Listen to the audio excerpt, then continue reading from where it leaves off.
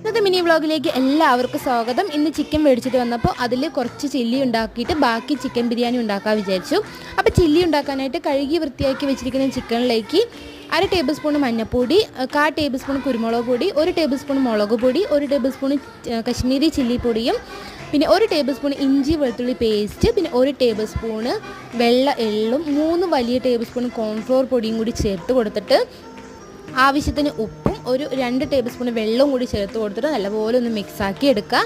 എന്നിട്ട് 15 minute rest ചെയ്യാനായിട്ട് ഞാൻ മാറ്റി വെച്ചിട്ടുണ്ട്. അപ്പോൾ ആ ഗ്യാപ്പിൽ ബിരിയാണിയൊക്കെ ഒന്ന് റെഡിയാക്കി എടുത്തു. വളരെ സിമ്പിളായിട്ട് തന്നെ ഉണ്ടാക്കിയെടുക്കാം ഈ ബിരിയാണി.